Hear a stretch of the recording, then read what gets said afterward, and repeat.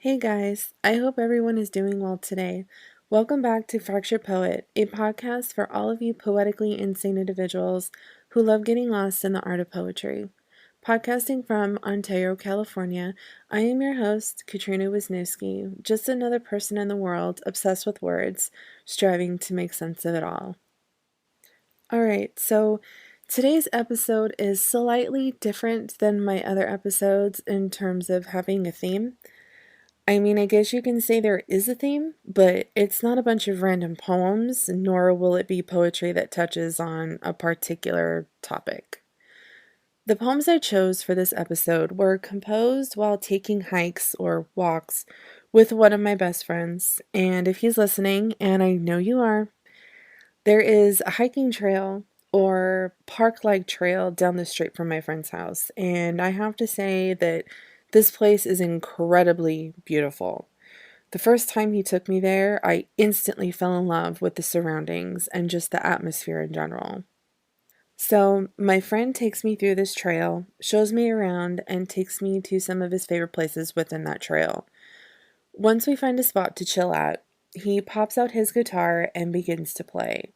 I then, the poet in me, take out a notebook and a pen and just start writing. The first day we attempted this, I immediately started writing. I ended up writing 3.5 poems.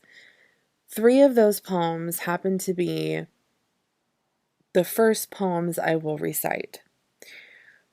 I thought I would give you guys a little background story to the poems you will be hearing today, and again, explain how these are not just some random poems I chose to read. These poems were written while spending time with the most amazing fucking person whom I love dearly and means the world to me. So this first poem is called With You. Standing here with you has opened my eyes to a world of so much more.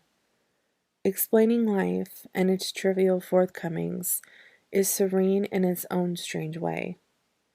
To feel a sense of calmness in a place surrounded by chaos is unheard of. But with you, it all makes sense. To exist in your presence is something unlike anything else, bringing out a side of me that appears so naturally. Imagining life without you, the world would be so cold and bland. But with you, it all makes sense. This was the first poem I wrote that first day. The second I sat down, I had a couple of verses already forming. However, once my friend started playing his guitar, everything came flooding out of the woodworks, and this poem was the product. So I want to give thanks to my friend for providing me not only the motivation, but the inspiration of helping me create this poem. I will say, though, that this poem holds a very special meaning or significance. I didn't realize it until I knew I was finished writing that I wrote this poem about the friend that took me on this wonderful hike. As I was writing, I couldn't help but fall in love with the melodies he was playing on his guitar. Each note or each chord he was playing brought out his individual importance or uniqueness. And as I have mentioned so many times before, music, like poetry, is my muse. It inspires me. It draws me in a way I can't even really describe with words. His guitar playing, as well as his voice when he's singing, are impeccable. I would say flawless, but he would more than likely argue the point and come up with something to prove his flaws. So, you can't get out of this one, kid, so don't even try. But yeah, to my point, as he was playing his guitar, I couldn't help but get lost in the melody and the notes he was creating. It was almost as if I was possessed by his music, in a good way though. And just sitting there, listening to each chord he was playing, It pulled out so many words all at once. Once I finished one poem, I immediately started writing another, and then another. At that time, I hadn't been able to do that in a long time. So I want to thank him again for dragging it out of me just by simply strumming on his guitar. Although my friend's musical talents are not necessarily the poem's only significance. I actually dedicated this poem to him because it is about him. He is such a uniquely astonishing person.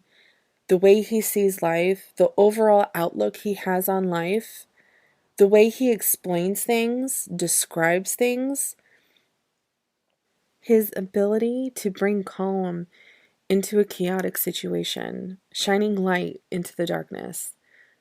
I cannot imagine my life without him.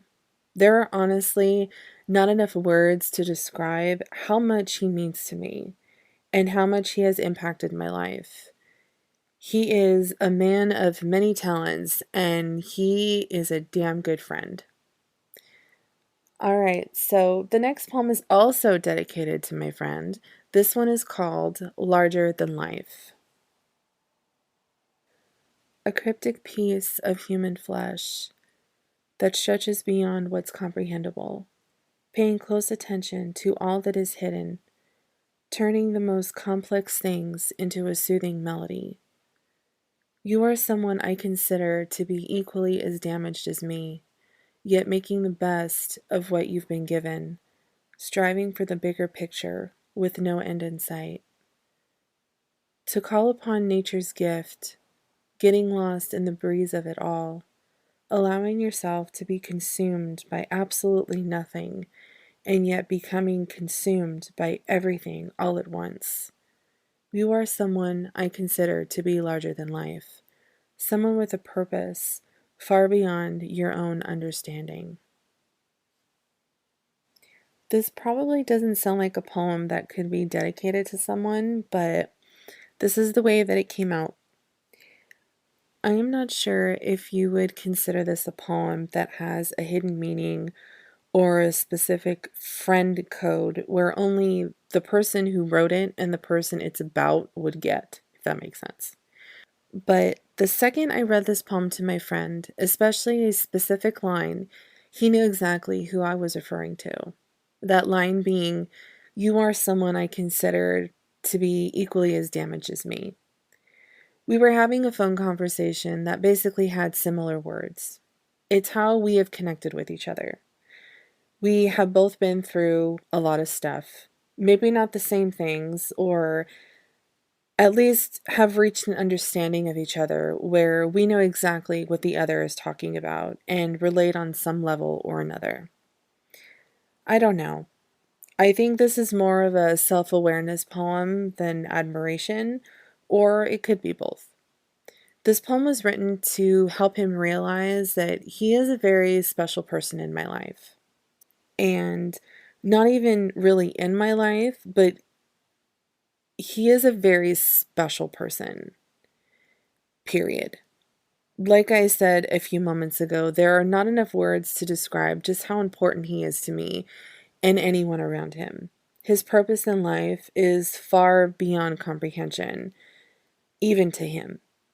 So, moving on to the next poem, and unlike the first two, this poem is not a dedication to anyone, just a poem written while I was in the moment.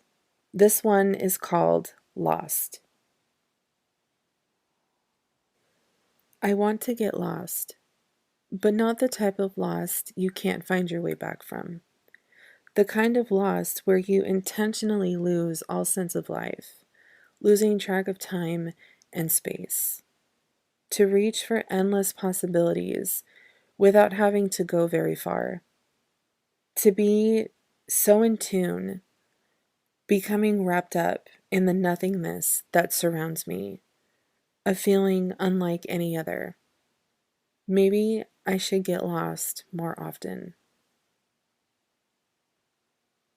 This poem was written as I was taking in my surroundings, the place I was at, the things that were around me, and the atmosphere I was breathing in was absolutely stunning. Not that I would actually like to be lost, as the poem describes, but to completely wipe your mind free of all the bullshit and be lost in that very moment, being captivated and so in love with all that's around you, making you forget anything and everything else, if that makes sense. That's the type of lost I was referring to. And that's the type of lost I was feeling in that moment while writing this poem. I get like this when I go to the beach. My favorite beach in Orange County, California, a beach called Aliso Creek. Such an amazing beach. As weird as it may sound, each time I have gone, it changes appearance. The tide comes up so far and so close to the sand that the sand changes how it sets itself. There could be a mini cliff of sand one time or completely flat the next.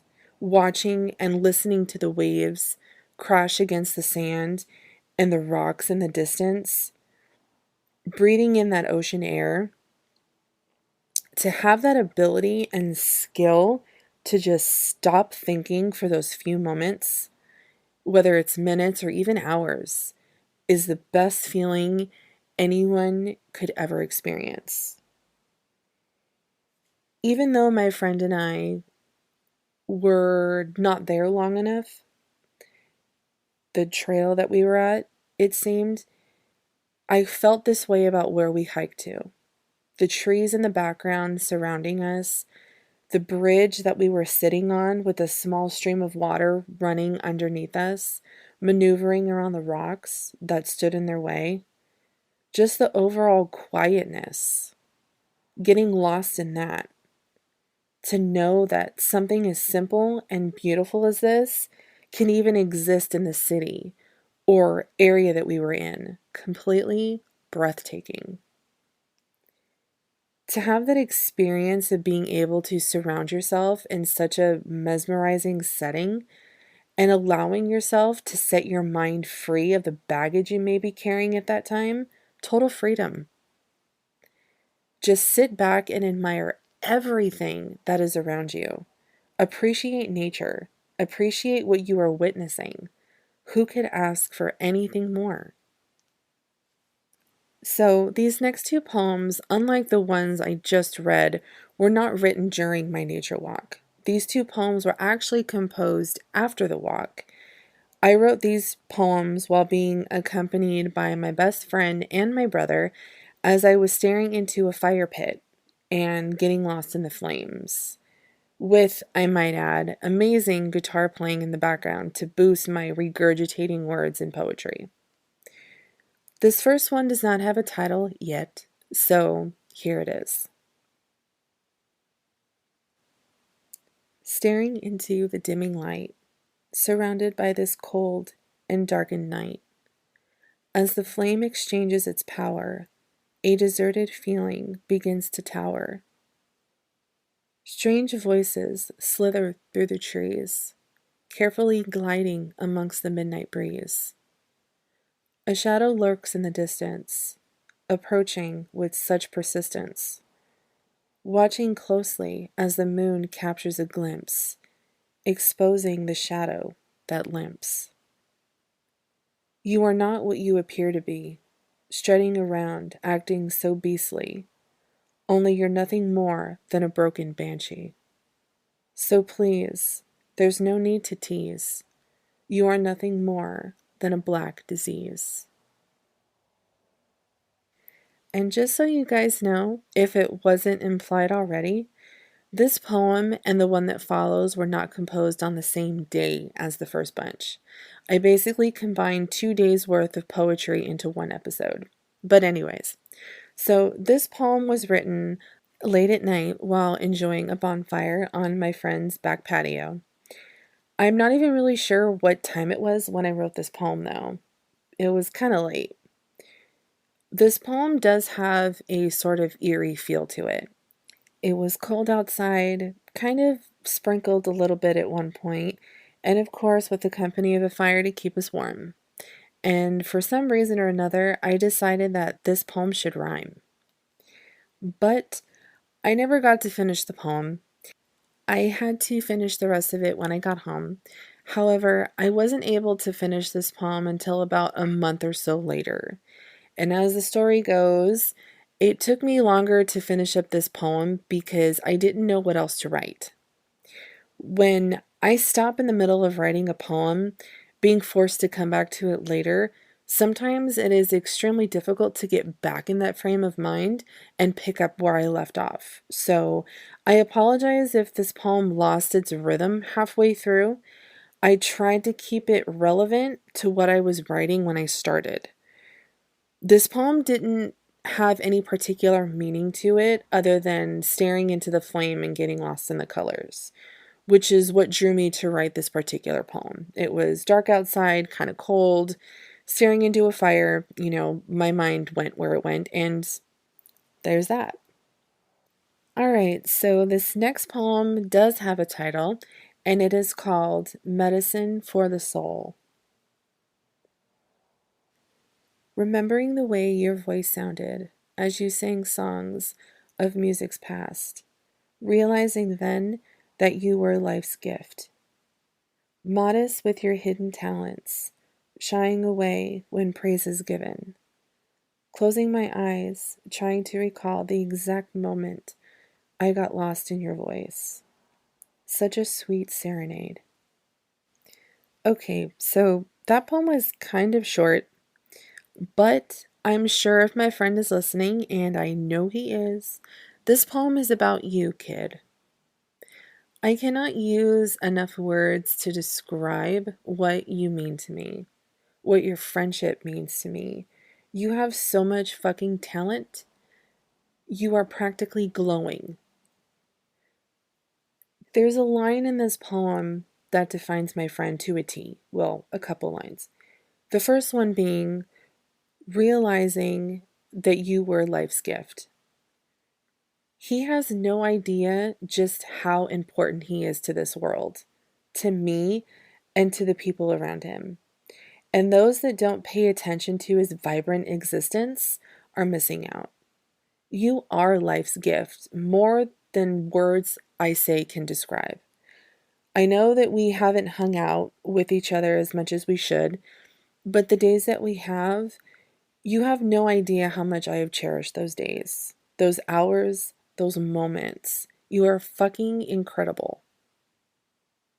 And with all of that, while this poem was written on the 1st of February of 2021, on March 31st, 2021, I officially picked up a guitar and began learning how to play.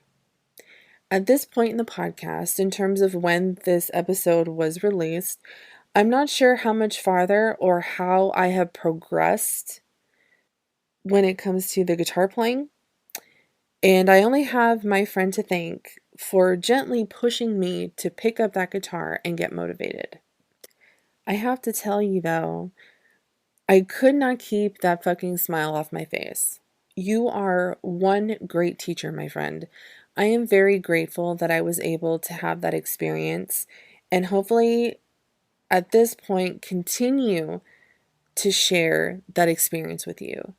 And it only made the moment better when I was strumming through the chords. I realized I was kind of playing the beginning chords of the song Nothing Else Matters by Metallica.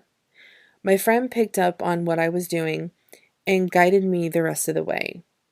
Now, I wasn't able to play the whole song, at least not at that moment. I don't know about current moment, just the beginning. And holy shit, I was amazed and proud of myself. But to top that moment, my friend decided to jump in and play his melodies as I was playing those few Metallica chords. Ended up recording it, listened to the playback, and damn, again, another smile you could not wipe off my face. So then my friend decided to bring down some recording equipment, since he is a musician himself, obviously, and record a little mini jam session into an actual song. He recorded the Metallica chords I learned and mentioned that he would lay down some of his playing as well as drums, since he also plays the drums as well. Not sure how it turned out though, because I wrote this portion of the episode the day after this all took place. If my friend happens to finish that song, I will more than likely guest star the song on this podcast, and depending on how long it is, I can either just play the song and describe it to you, or add poems before and after the song. We'll see. But yeah, medicine for the soul is the definition of my friend. What I was able to experience that day, learning how to play guitar, him teaching me two chords, how to position my fingers, how to hold the guitar, what to do and what not to do, he's just fucking amazing. I don't even know what other words to use because there are not enough. All I can say is thank you. Thank you for being you. Thank you for being in my life. And thank you for all that you do and more. I love you.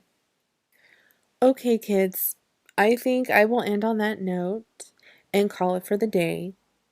To those of you who are always tuning in, and even those who are just joining in, I hope you liked what you heard and tune in next time.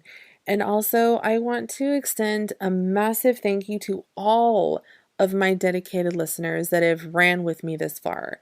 And that is definitely an accomplishment on my part. Thank you, and thank you.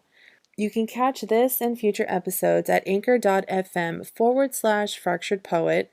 This episode of Fractured Poet was written and produced by me, Katrina Wisniewski. Music by Alternative Rock Volume 1 and Rock Electronica Volume 4 from freeplaymusic.com. You can also follow me on Instagram at Fractured Poet.